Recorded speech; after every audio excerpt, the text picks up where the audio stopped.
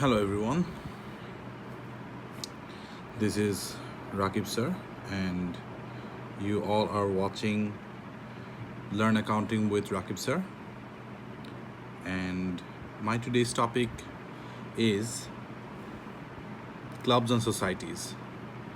So today we will have a deeper understanding, a clearer understanding of all the theoretical aspects of this topic, clubs and societies. Clubs and societies টপিকটা অনেক স্টুডেন্টদের জন্য অনেক difficult, কিন্তু আমি চেষ্টা করব আমার ভিডিওগুলোর মাধ্যমে আমার স্টুডেন্টদের জন্য ক্লাবস অ্যান্ড সোসাইটিসের টপিকটাকে যতটা ইজি করে এক্সপ্লেইন করা যায়। সো আমি এখন তাহলে আজকের লেকচারটা স্টার্ট করি।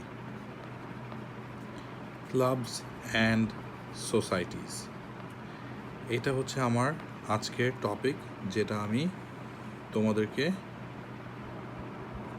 ইন ডিটেলস একটা লেকচার দেওয়ার চেষ্টা করব। So basically clubs and societies যে বিজনেসগুলো, এগুলো হলো non trading organisation. Non trading organisation, ঠিক আছে? So what do we understand by non trading organisation? যদি আমরা নন ট্রেডিং একটু বোঝার চেষ্টা করি, মানে এরা কোনো ট্রেডিং অ্যাক্টিভিটিস করে না। যেটা ট্রেডিশনাল বিজনেসের মেইন জিনিসটাই কী হয়, যে ওরা কোনো কিছু ট্রেড করতেছে, কিছু জিনিস কিনে আনতেছে বা প্রোডাকশন করতেছে, সেগুলোকে তারা সেল করতেছে। বাট এই ধরনের যে বিজনেসগুলা ক্লাবস অ্যান্ড সোসাইটিস, এরা কোনো প্রোডাকশন ইউজুয়ালি করে না, বা এদের মেইন বিজনেসটা হলো কিছু প্রোডাকশন করা না বা কিছু প্রোডাকশন করে সেল করা না। এরা হলো বেসিক্যালি কিছু ফ্যাসিলিটিস, কিছু সার্ভিসেস ওরা সেল করে থাকে বা প্রোভাইড করে থাকে। সো আমরা বলতেই পারি they provide some facilities and services, ঠিক আছে? সো এই বিজনেসগুলো কী করে, ওরা কিছু ফ্যাসিলিটিস অথবা কিছু সার্ভিসেস প্রোভাইড করে থাকে, অ্যান্ড ওদের অবজেক্টিভ কখনোই প্রফিট মেকিং না। সো বা মেইন অবজেক্টিভ কখনোই একটা প্রফিট করা না। সো আমরা বলতেই পারি making profit is not their main objective। বুঝতে পারছি? আচ্ছা, সো কিছু এক্সাম্পল যদি দিতে চাই, সো যদি তোমরা কেউ বসুন্ধরা থেকে থাকো, তোমরা জানো বসুন্ধরাতে there is a welfare society. কী নাম? Bashundhara welfare society. সো এদের বেসিক্যালি এরা classic example of clubs and societies, কারণ এরা কোনো কিছু ট্রেডিং করতেছে না। এরা বেসিক্যালি সব মেম্বার্সদের থেকে একটা সাবস্ক্রিপশন চার্জ নিচ্ছে, যে তুমি যদি বসুন্ধরাতে থাকো তাহলে তুমি বসুন্ধরা সোসাইটির একটা মেম্বার, বসুন্ধরা ওয়েলফেয়ার সোসাইটির একটা মেম্বার তোমাকে হইতে হবে। অ্যান্ড বসুন্ধরা ওয়েলফেয়ার সোসাইটির মেম্বার হইতে হলে তোমাকে একটা সাবস্ক্রিপশন চার্জ পে করতে হবে, ইউজুয়ালি অ্যানুয়ালি, ঠিক আছে? এই পেমেন্টটা করতে হয় কি, অ্যানুয়ালি পেমেন্ট করতে হয়, ঠিক আছে? সো এই ধরনের বিজনেসে যেটা হয়, যে আমরা সাধারণত একটা রেকর্ড রাখি of the money received and money paid, ঠিক আছে? এর বেশি কোনো রেকর্ড আসলে সাধারণত রাখা হয় না। মানে ইউজুয়ালি দেখা যায় যে এইসব বিজনেসে রেকর্ড থাকে শুধু money received and money paid. Record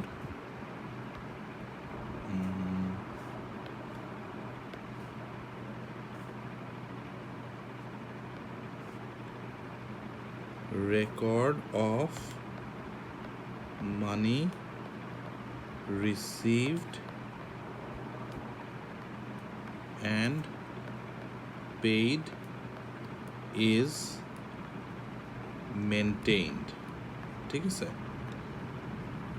আচ্ছা, তারপর আসি আমরা। সো এদের মেইন সোর্স অফ ইনকাম যেটা বললাম, যে তুমি যখন ওদের সার্ভিস নিবা, ওদের সার্ভিসের জন্য তুমি সাবস্ক্রাইব করবা, তখন তোমাকে পে করতে হবে একটা subscription. So main source of income হচ্ছে সাবস্ক্রিপশন, ঠিক আছে, সাবস্ক্রিপশনস। আচ্ছা, এইসব বিজনেসে যেটা হয়, একটা ট্রেজারারকে অ্যাপয়েন্ট করা হয়, যেই ট্রেজারাররা হচ্ছে হলো তোমার টাকা কালেক্ট করার জন্য ওরা নিয়োজিত থাকে, ঠিক আছে, ওরা টাকা কালেক্ট করার জন্য নিয়োজিত থাকে। সো ওদের কাজ হচ্ছে হলো বেসিক্যালি টাকাগুলোকে কালেক্ট করা ফ্রম দ্য মেম্বার্স, ঠিক আছে। সো কি থাকে, একটা ট্রেজারার থাকে, ট্রেজারার। সো মেইন রেসপন্সিবিলিটি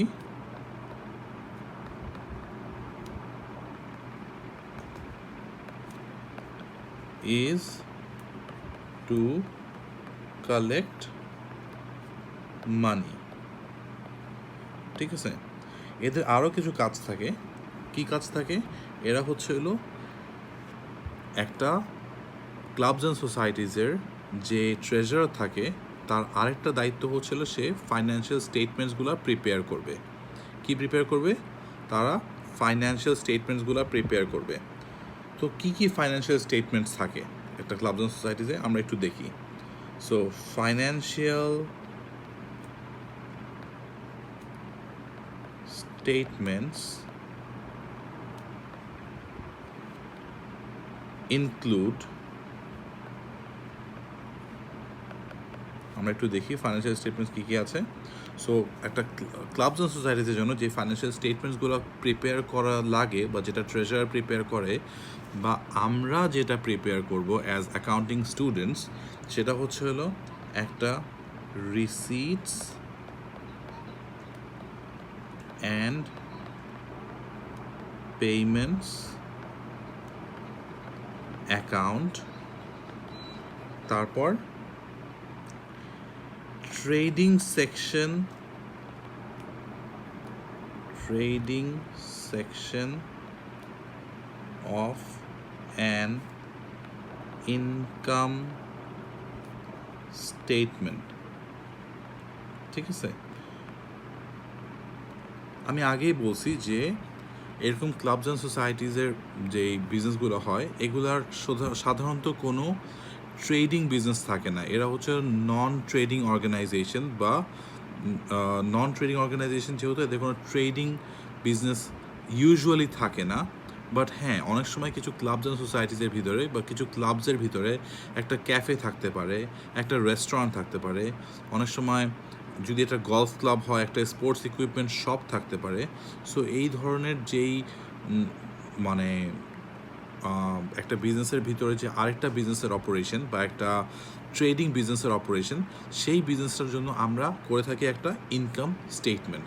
এবং এই ইনকাম স্টেটমেন্টটা হচ্ছে হলো আমরা করতেছি শুধু ফর তোমার the trading section of the business, let's say the cafe or the restaurant in the club. আমাদের তারপরে থাকতেছে হচ্ছিল একটা ইনকাম অ্যান্ড এক্সপেন্ডিচার অ্যাকাউন্ট, ঠিক আছে। সো আমরা একটা ট্রেডিং বিজনেসের জন্য যেরকম একটা ইনকাম স্টেটমেন্ট করি, একটা ক্লাবস অ্যান্ড সোসাইটি বিজনেস বা একটা নন ট্রেডিং অর্গানাইজেশনের জন্য আমরা করে থাকি একটা ইনকাম অ্যান্ড এক্সপেন্ডিচার অ্যাকাউন্ট। আর এই ইনকাম অ্যান্ড এক্সপেন্ডিচার অ্যাকাউন্ট সেটা হচ্ছে দেখায় আমাদের যে ক্লাবস অ্যান্ড সোসাইটিস যেটা আমরা চালাচ্ছি, সেটা বছর শেষে কোনো প্রফিট করলো না লস করলো। মনে রাখবা তোমরা যে ক্লাবস অ্যান্ড সোসাইটিজের যেহেতু ওদের মেইন অবজেক্টিভ, আমি আগেই বলছি, প্রফিট মেকিং না। সো ওরা যদি ওদের ইনকাম যদি ওদের এক্সপেন্সের থেকে বেশি হয়, তাহলে they will have a surplus, ঠিক আছে।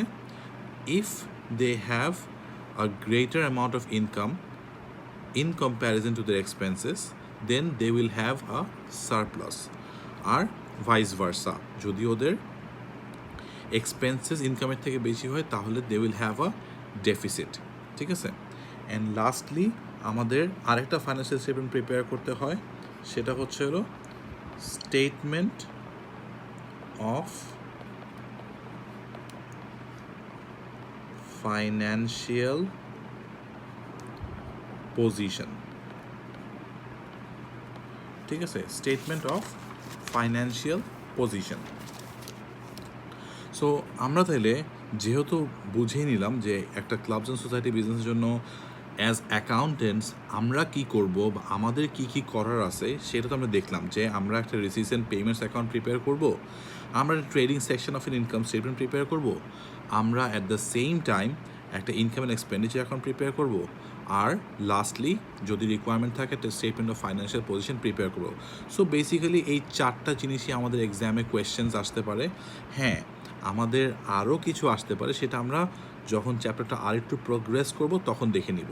বাট এই চারটা জিনিস হচ্ছে একটা ট্রেজারার প্রিপেয়ার করে, সো আমাদেরকেও এই চারটা জিনিস প্রিপেয়ার করতে পারতে হবে as accounting students for our exam purpose. So receipts and payments অ্যাকাউন্টটা কি?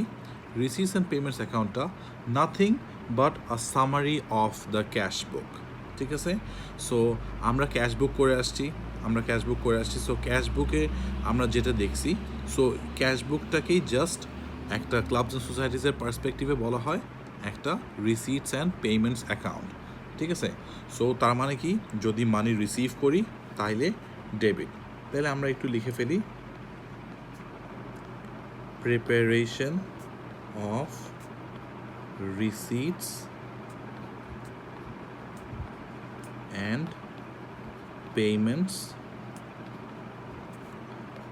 account, ঠিক আছে? সো আমি আগেই বললাম যেটা, যে এটা হলো সামারি অফ ক্যাশ বুক। তো যদি মানি রিসিভ করি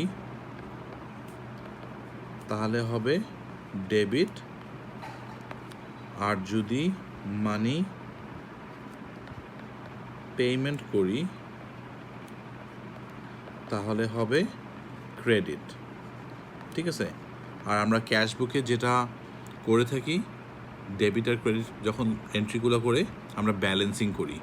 ব্যালেন্সিং করলে যদি আমাদের ডেবিট সাইডের অ্যামাউন্ট সামেশন অফ অ্যামাউন্ট যদি ক্রেডিট সাইডের অ্যামাউন্ট সামেশন অফ অ্যামাউন্ট থেকে বেশি হয়, যদি আমাদের ডেবিট সাইডের টোটালটা ক্রেডিট সাইডের টোটাল থেকে বেশি হয়, তাহলে we have a debit balance. আর যদি আমাদের ক্রেডিট সাইডের টোটালটা ডেবিট সাইডের টোটালের থেকে বেশি হয়, তাহলে we have a credit balance, ঠিক আছে? যদি ক্রেডিট সাইডের টোটালটা ডেবিট সাইড থেকে বেশি হয় তাহলে ক্রেডিট ব্যালেন্স, যদি ডেবিট সাইডের টোটালটা ক্রেডিট সাইডের ব্যালেন্স থেকে বেশি হয়, টোটাল থেকে বেশি হয়, তাইলে we have a debit balance. আর ক্রেডিট ব্যালেন্সকে আমরা বলে থাকি কি, ব্যাংক ওভার ড্রাফট, তাই না? সো অ্যাকচুয়ালি সেটা হয় রিসিটস অ্যান্ড পেমেন্টস অ্যাকাউন্টে। যেরকম আমরা ক্যাশ বুকের ক্ষেত্রে আমরা একটা সেপারেট ক্যাশ আর ব্যাংক কলাম মেনটেন করি, রিসিটস অ্যান্ড পেমেন্টস অ্যাকাউন্টে আমাদের এমন কিছুই করতে হচ্ছে না, এটা আরও সিম্পল। আমরা আমাদের সব ক্যাশ আর ব্যাংক ট্রানজ্যাকশন একত্রেই লিখি, ঠিক আছে? এগুলোকে সেপারেট করার দরকার হয় না রিসিটস অ্যান্ড পেমেন্টস অ্যাকাউন্ট প্রিপেয়ার করতে গেলে। মনে রাখা ভালো আমাদের যে এই রিসিটস অ্যান্ড পেমেন্টস অ্যাকাউন্টের ভিতরে আমরা কোনো ধরনের অ্যাক্রুয়ালস অথবা প্রিপেমেন্টসের অ্যাডজাস্টমেন্ট করি না। So no adjustments for accruals and prepayments, ঠিক আছে? আর কি করি না, no distinction between capital and revenue receipts. কোনটা ক্যাপিটাল রিসিট কোনটা রেভিনিউ রিসিট এটা নিয়ে আমাদের মাথা ব্যথা করার কোনো দরকার নেই। টাকা আসছে ডেবিট সাইডে লিখে দিব, টাকা চলে গেছে ক্রেডিট সাইডে লিখে দিব, বোঝা গেছে? সো আমরা বলতেই পারি no distinction between capital and revenue receipts. So একইভাবে আমরা বলতে পারি no distinction between capital and revenue expenditure. So টাকা আসলো বা টাকা দিয়ে কি আমরা গাড়ি কিনলাম নাকি টাকা দিয়ে আমরা ইনভেন্টরি কিনলাম, আমরা কি কারো বেতন দিলাম, not not important.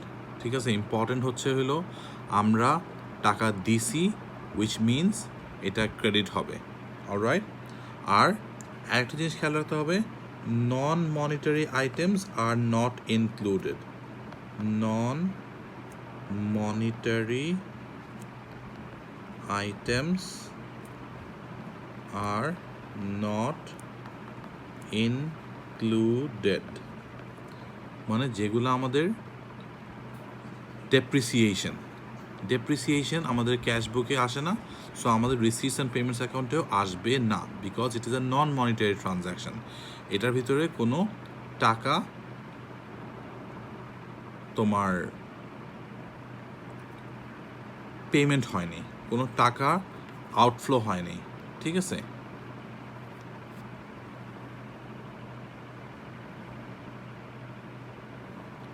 Alright. Having said that, আমরা তাহলে চলে যেতে পারি আমাদের নেক্সট যেই জিনিসটা শেখা লাগবে বা যেই জিনিসটা আমাদের প্রিপেয়ার করা লাগতে পারে, সেটা হচ্ছে হলো ইনকাম স্টেটমেন্ট।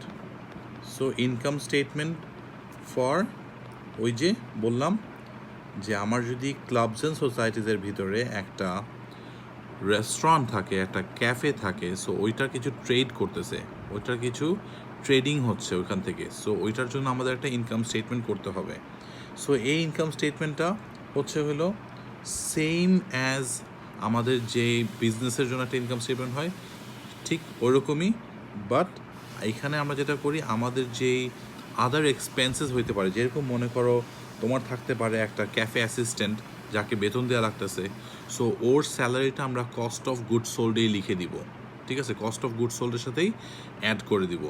আমাদের হইতে পারে কিছু ইকুইপমেন্টস আছে ক্যাফেতে, সো এই ক্যাফে ইকুইপমেন্টের ডেপ্রিসিয়েশন হচ্ছে, সো এই ডেপ্রিসিয়েশনটাও আমরা কি করব, আমরা ওই একইভাবে ক্যাফে কস্ট অফ গুডস সোল্ডের ভিতরেই ইনক্লুড করে দিব। আমি কি বুঝাইতে পারছি? সো ইনকাম স্টেটমেন্টটা কীরকম হচ্ছে, আমরা যদি একটু ফরম্যাটটা দেখে ফেলি তাইলেই জিনিসটা ক্লিয়ার হয়ে যাবে। সো আমাদের ইনকাম স্টেটমেন্ট, সো আমাদের 3টা কলাম, একটা হচ্ছে ডিটেলস কলাম আর 2টা অ্যামাউন্টস কলাম। ঠিক আছে, সো আমাদের ফার্স্টে হচ্ছে হলো লেটস সে আমাদের একটা ক্যাফে, তার মানে ক্যাফে সেলস আসবে। ঠিক আছে, ক্যাফে সেলস লেটস সে আমাদের 3 লাখ। ঠিক আছে, তো আমাদের ওইখান থেকে less cost of goods sold, so থাকবে কি ফার্স্টে ওপেনিং ইনভেন্টরি। আমাদের যদি ক্যাফেতে কোনো ওপেনিং ইনভেন্টরি থাকে সেটা আমরা লিখবো। লেটস সে আমাদের একটা ওপেনিং ইনভেন্টরি ছিল অফ 20,000। ঠিক আছে, আমরা কিছু গুডস পারচেজ করছিলাম, সো এই পারচেজেস ওয়াজ তোমার 1,30,000। আর আমাদের ক্লোজিং ইনভেন্টরি ছিল let's say 50,000।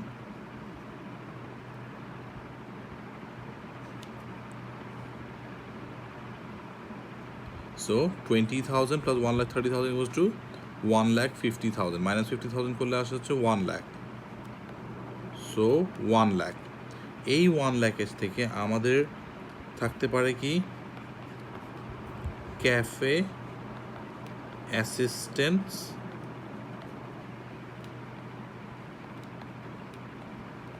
Wages, let's say আমাদের 20,000 ক্যাফে অ্যাসিস্ট্যান্ট ওয়েজেস গেছে, সো এটাকে আমি অ্যাড করে দিব, তাহলে আসে 1,20,000। এটাকে মাইনাস করে দিলে আমি পাবো 1,80,000। এটা হচ্ছে হলো আমার প্রফিট ফর দ্য ইয়ার। আমি কি বুঝাতে পারলাম? সো এইভাবে করে আমরা একটা ইনকাম স্টেটমেন্ট প্রিপেয়ার করব যদি আমাদের কোয়েশ্চেন আমাদেরকে রিকোয়ার করে। এটা আমি একটা এক্সাম্পল, কিছু আরবিট্রারি ফিগার্স দিয়ে দেখাই দিছি। তোমাদের কোয়েশ্চেনে যে ফিগার্সগুলো থাকবে সেগুলোই তোমরা ইউজ করবা। আমাদের নেক্সট যেই জিনিসটা থাকতেছে সেটা হচ্ছে হলো একটা income and expenditure account. Income and expenditure account, তাহলে আমরা একটু দেখে ফেলি ইনকাম অ্যান্ড এক্সপেন্ডিচার অ্যাকাউন্টটা কী। সো বেসিক্যালি যেটা হয় যে আমি আগেই বলছি যে আমাদের it's a non trading organisation, মানে এদের কোনো ট্রেডিং, এদের মেইন অবজেক্টিভ বা মেইন বিজনেসের মোটিভ এটা না যে একটা প্রফিট করা বা ট্রেডিং করা। সো ওদের হচ্ছে হলো ওরা কি করে, ওরা কোনো একটা ফ্যাসিলিটি দেয় বা কোনো একটা সার্ভিস দেয়। সো এটার জন্য আমরা ইনকাম স্টেটমেন্ট মেনটেন করি না, আমরা ওদের জন্য মেনটেন করি একটা income and expenditure account. So income statement gets replaced by income and expenditure account. So income and expenditure অ্যাকাউন্টটা কী করে, আমাদের ক্লাবের যে গেইনগুলো আছে এবং ক্লাবের যে এক্সপেন্সগুলো আছে এগুলোর ভিতরে একটা কম্প্যারিজন তৈরি করে। তাইলে ইনকাম অ্যান্ড এক্সপেন্ডিচার অ্যাকাউন্ট, তাহলে আমরা কি জানলাম, compares the gains with the expenses of the club, ঠিক না? যদি আমাদের গেইনসগুলা এক্সপেন্সেস থেকে বেশি হয় তাহলে আমরা এটাকে বলি একটা সারপ্লাস। প্রফিট না বলে বলি কি, সারপ্লাস। আমাদের ক্লাবস অ্যান্ড সোসাইটি বিজনেসের জন্য কোনো প্রফিট হয় না, যেটা যদি গেইন এক্সপেন্স থেকে বেশি হয় তাহলে আমরা ওটাকে বলি সারপ্লাস। আর যদি গেইনসটা হয় লেস দেন এক্সপেন্সেস তাহলে আমরা সেটাকে বলি ডেফিসিট। কি বলি, ডেফিসিট, ঠিক আছে? সো এই ইনকাম অ্যান্ড এক্সপেন্ডিচার অ্যাকাউন্টটা যেই লটা ফলো করে, এই লটা হচ্ছে সেম অ্যাজ আমাদের ইনকাম স্টেটমেন্ট। তার মানে কি, তার মানে হচ্ছে হলো আমাদের যতগুলো অ্যাক্রুয়ালস অ্যান্ড প্রিপেমেন্টস থাকবে সেগুলোর জন্য অ্যাডজাস্টমেন্ট করা হয়, ঠিক আছে? তাহলে কি করা হয়,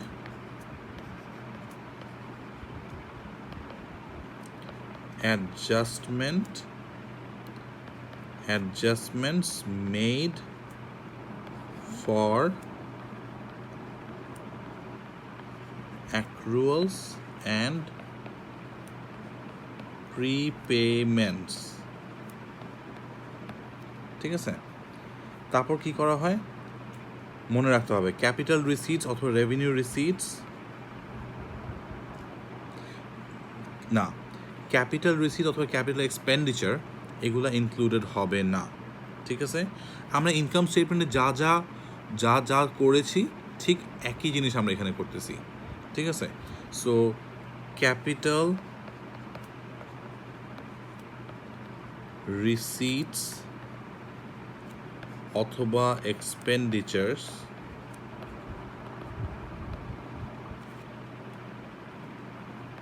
আর নট ইনক্লুডেড, ঠিক আছে?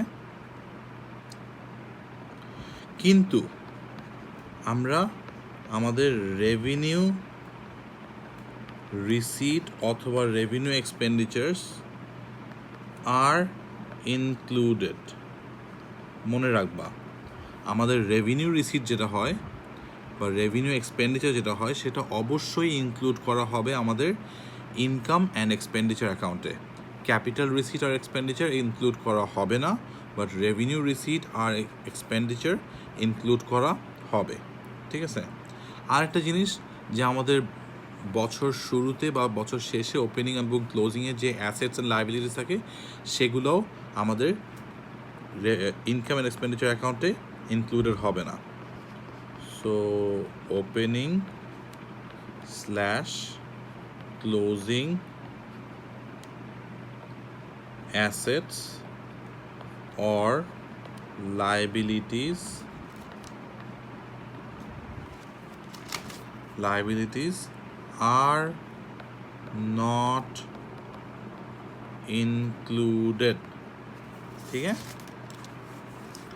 আচ্ছা, আর একটা ট্রেজারারের আর একটা জিনিস প্রিপেয়ার করা বাকি থাকে, সেটা হচ্ছে হলো একটা স্টেটমেন্ট অফ ফাইন্যান্সিয়াল পজিশন। কি সেটা? Statement of financial position. So আমরা দেখব যে স্টেটমেন্ট অফ ফাইন্যান্সিয়াল পজিশন যদি একটা ট্রেজারার প্রিপেয়ার করতে চায়, বা লেটস সে আমরা as a treasurer of a club and society statement of financial position prepare করতে চাই, আমাদের কোন জিনিসটা শিখা লাগবে? মনে রাখবা, এইটা স্টেটমেন্ট অফ ফাইন্যান্সিয়াল পজিশনটা মোটামুটি পুরোটাই তোমার একটা নর্মাল বিজনেসের সাথে similar to normal business, except একটা স্লাইট ডিফারেন্স আছে। সেটা হচ্ছে হলো তোমার ক্যাপিটাল থাকে না। স্টেটমেন্ট অফ ফাইন্যান্সিয়াল পজিশনে কোনো ক্যাপিটাল থাকে না, rather capital is replaced by accumulated fund. ঠিক আছে? সো আমি কি বললাম? Similar format as of a normal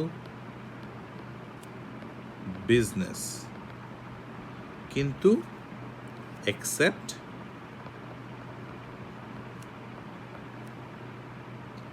there is no capital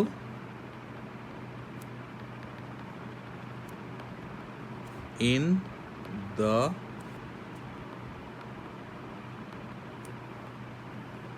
statement of financial position. Alright? So capitalটা কি হচ্ছে? Capitalটা gets replaced by accumulated fund. Capital replaced by accumulated fund. আমি কি বুঝাতে পারছি? আমাদের স্টেটমেন্ট অফ ফাইন্যান্সিয়াল পজিশন একটা ট্রেডিং বিজনেস বা একটা নর্মাল বিজনেসের জন্য যেমনটা হয়, ঠিক তেমনটাই হচ্ছে। ফার্স্টে নন কারেন্ট অ্যাসেট, তারপর কারেন্ট অ্যাসেট, তারপর হচ্ছে ক্যাপিটাল অ্যান্ড লায়াবিলিটি সেকশনে গিয়ে আমরা শুধু ক্যাপিটাল পোর্শনে আমরা ক্যাপিটাল লিখবো না, আমরা সেই ক্যাপিটালটাকে রিপ্লেস করে দেবো উইথ অ্যাকিউমুলেটেড ফান্ড। ঠিক আছে? আর এই অ্যাকিউমুলেটেড ফান্ডটা হচ্ছে হলো আমাদের মেম্বাররা যে টাকাটা দেয়। ঠিক আছে? মেম্বাররা কিন্তু বিজনেসে টাকা ইনভেস্ট করতেছে না। রিমেম্বার, একটা ক্লাব অ্যান্ড সোসাইটিতে কিন্তু যারা মেম্বার তারা কিন্তু এখানে টাকা তাদের ইনভেস্ট করতেছে না। সো এই কারণে তারা কিন্তু is not entitled to drawings. তারা কিন্তু টাকা ওইখান থেকে ড্রয়িংস করতে পারবে না, কোনো ধরনের কোনো গুডস তারা ড্রয়িংস করতে পারবে না। ঠিক আছে? They are not entitled to drawings. So আমরা লিখে দিতে পারি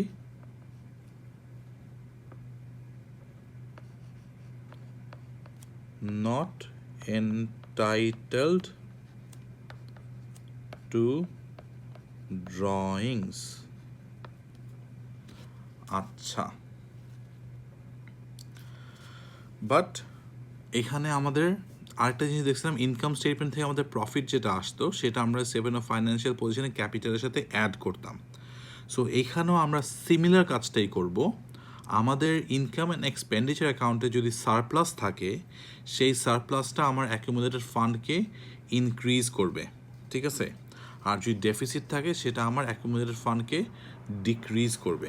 ঠিক আছে? সো আমরা লিখে নেই সারপ্লাস ইনক্রিজ accumulated ফান্ড। আর ডেফিসিট কি করে? Decrease accumulated fund. ঠিক আছে? এইবার আসো, আমরা তো দেখে ফেললাম যে একটা ট্রেজারার তার কি কি কাজ থাকে, বাট যেহেতু আমরা অ্যাকাউন্টেন্ট, আমরা যেহেতু অ্যাকাউন্টিংয়ের স্টুডেন্টস, আমাদের আর একটু বেশি কাজ থাকতে পারে। সেটা কি? সেটা হচ্ছে না, আমাদেরকে রিকোয়ার করতে পারে একটা সাবস্ক্রিপশন অ্যাকাউন্ট প্রিপেয়ার করতে। সো আমরা আগেই দেখছি যে একটা ক্লাবস অ্যান্ড সোসাইটিসের জন্য তার মেইন সোর্স অফ ইনকাম হচ্ছিল তার সাবস্ক্রিপশনস, রাইট? সো আমাদেরকে এমন একটা রিকোয়ারমেন্ট দিতে পারে যে একটা সাবস্ক্রিপশন অ্যাকাউন্ট প্রিপেয়ার করতে হবে। সো এই সাবস্ক্রিপশন অ্যাকাউন্টটা যদি আমরা প্রিপেয়ার করতে চাই, আমরা কোন ফরম্যাটটা ফলো করব সেটা আমরা দেখব, অ্যান্ড আমরা এটার জন্য কিছু বেসিক থিওরিজগুলোও বুঝে নিব। ফার্স্ট থিং ফার্স্ট, সাবস্ক্রিপশন অ্যাকাউন্টসের ইনফরমেশন আমরা কোথা কোথা থেকে পেতে পারি? আমরা পেতে পারি রিসিটস অ্যান্ড পেমেন্টস অ্যাকাউন্টস থেকে। সো রিসিটস অ্যান্ড পেমেন্টস অ্যাকাউন্টে it shows the subscriptions received, আমরা কত টাকা সাবস্ক্রিপশন পাইছি সেটা আমরা সাবস্ক্রিপশন রিসিটস অ্যান্ড পেমেন্টস অ্যাকাউন্টের ডেবিট সাইডে দেখে নিতে পারবো যে কত টাকা আমরা সাবস্ক্রিপশন বাবদ পেয়েছি ফ্রম দ্য মেম্বার্স, ঠিক আছে? আর ইনকাম অ্যান্ড এক্সপেন্ডিচার অ্যাকাউন্ট যেটা, সেখানে শো করে যে আমার এই ফাইন্যান্সিয়াল ইয়ারে কত টাকা সাবস্ক্রিপশনস আমার ইনকাম হইছে বা আমি ইনকাম করব। Income and expenditure account shows amount of subscriptions relating to a financial year, এই ফাইন্যান্সিয়াল ইয়ারে রিলেটেড কত টাকা সাবস্ক্রিপশন আমার হইছে। আর amount received must be adjusted for subscription owed and paid in advance by members. So আমরা যে অ্যামাউন্টটাই receive করি না কেন সেটা অবশ্যই অ্যাডজাস্টেড হইতে হবে কিসের সাথে? To subscription owed and subscriptions paid in advance by the members. যদি আমার সাবস্ক্রিপশন ওয়িং থাকে সেটাকে আমরা অ্যাড করে দিব, আর যদি আমরা পরবর্তী বছরেরটা এই বছর প্রিপে করি সেটাকে আমরা মাইনাস করে দিব, ঠিক আছে? সো এটা তো আমরা থিওরিটিক্যাল আন্ডারস্ট্যান্ডিং। সো থিওরিটিক্যাল আন্ডারস্ট্যান্ডিংটা আমরা একটু তাহলে নোট নিয়ে ফেলি।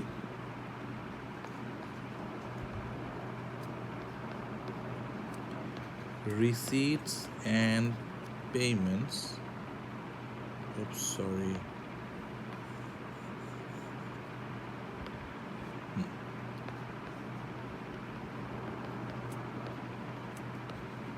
Receipts and payments account shows subscriptions received, ठीक है? Income and expenditure account shows amount of subscriptions relating to a financial year. আর আরেকটা জিনিস আমি কি বলছি? amount received must be adjusted for subscription owed. Amounts received must be adjusted for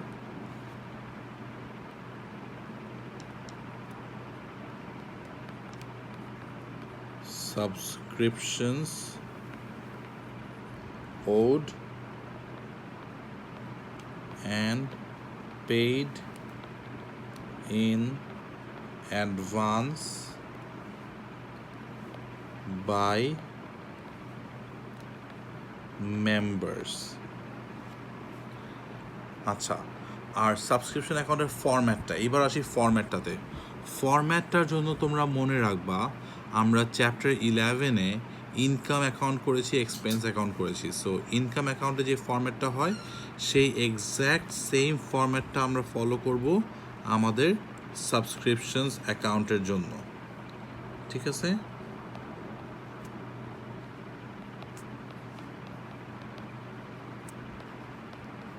subscriptions account. So আমাদের যদি কোনো ব্যালেন্স বিডি ওয়িং থাকে,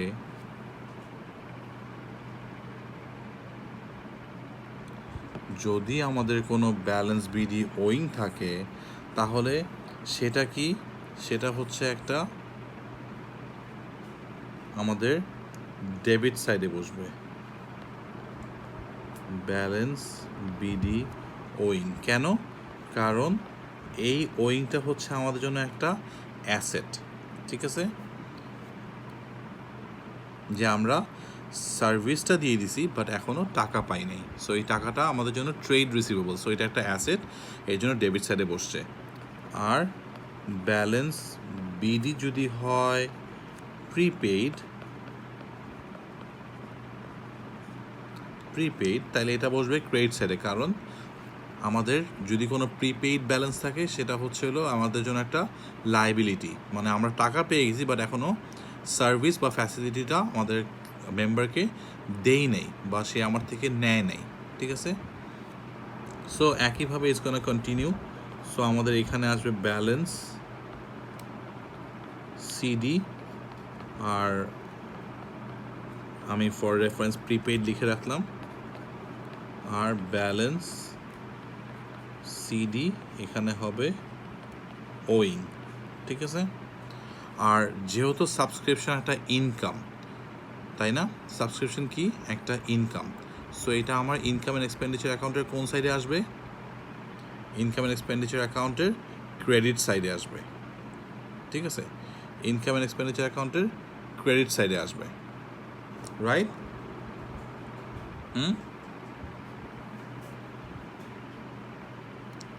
so এর জন্য আমাদের ইনকাম অ্যান্ড এক্সপেন্ডিচার অ্যাকাউন্টটা এই সাইডে বসবে, ঠিক আছে।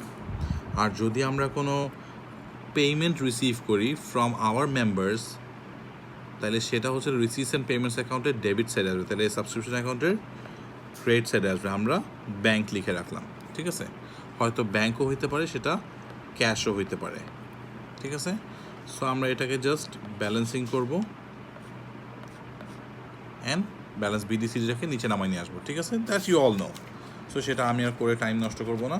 সো আমাদের সাবস্ক্রিপশন অ্যাকাউন্ট যখন প্রিপেয়ার হয়ে যাবে, আমাদের আর বাকি থাকে হচ্ছিল, মনে রাখবা ক্লাবস অ্যান্ড সোসাইটিস বিজনেস সাধারণত ওদের অ্যাকাউন্টসগুলো ইনকমপ্লিট থাকে, ঠিক আছে। ইনকমপ্লিট থাকলে কি হবে, আমাদের মনে আছে একটা ক্লাবে কিন্তু একটা রেস্টুরেন্ট বা ক্যাফে থাকতে পারে, একটা সোসাইটিতে একটা রেস্টুরেন্ট বা ক্যাফে থাকতে পারে। সো সেই রেস্টুরেন্টের যে ইনকাম স্টেটমেন্ট প্রিপেয়ার করবো, সেটার জন্য আমাদের অবশ্যই দরকার থাকবে পারচেজ আর সেলস। আর হয়তো এই পারচেজ আর সেলস ওরা প্রপারলি রেকর্ড না রাখলে, আমরা ঠিক যেভাবে শিখে আসছি ইনকমপ্লিট রেকর্ডস চ্যাপ্টারে, যে আমাদেরকে একটা ফর ক্রেডিট পারচেজেস আমাদের একটা পারচেজ লেজার কন্ট্রোল অ্যাকাউন্ট বা টোটাল ট্রেড পেয়েবলস অ্যাকাউন্ট করতে হবে, আর ফর ক্রেডিট সেলস আমাদের একটা টোটাল ট্রেড রিসিভেবলস অ্যাকাউন্ট বা sales ledger control account prepare করতে হবে, ঠিক আছে। এটা আমরা শিখে আসছি। সো আমরা একই জিনিসটা এখানে অ্যাপ্লাই করব, ঠিক আছে, in order to calculate credit purchases and credit sales, ঠিক আছে। সো আমরা লিখতে পারি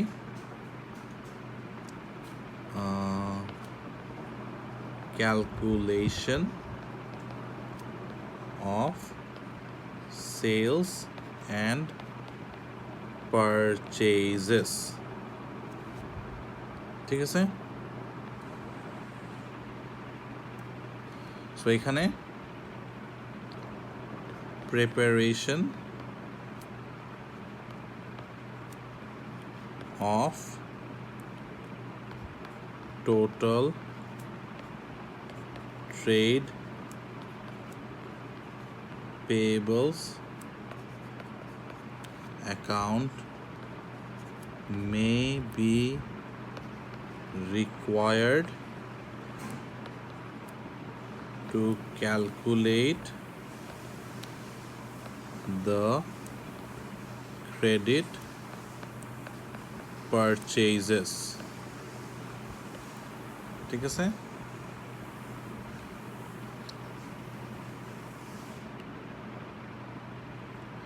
আর Similarly, a total trade receivables account may be required to calculate credit sales. ঠিক আছে? অ্যান্ড লাস্টলি আমাদের যেটা থাকে সেটা হচ্ছে হলো যে if we have to calculate the accumulated fund,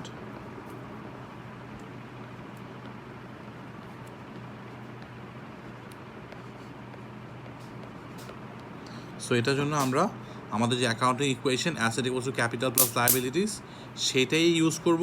just আমরা ক্যাপিটালকে রিপ্লেস করে দিব with accumulated fund. Assets equals to accumulated fund plus liabilities. Okay, so with that note আমি বলতেই পারি যে আমার ক্লাবস অ্যান্ড সোসাইটিসের উপর লেকচারটা ইজ কমপ্লিট। আর আমাদের ও লেভেল সিলেবাসের জন্য ক্লাবস অ্যান্ড সোসাইটিসের এর থেকে বেশি আর কিছুর প্রয়োজন নেই। Thank you everyone for watching my video. So if you like my video, don't forget to subscribe and share this video with your fellow friends.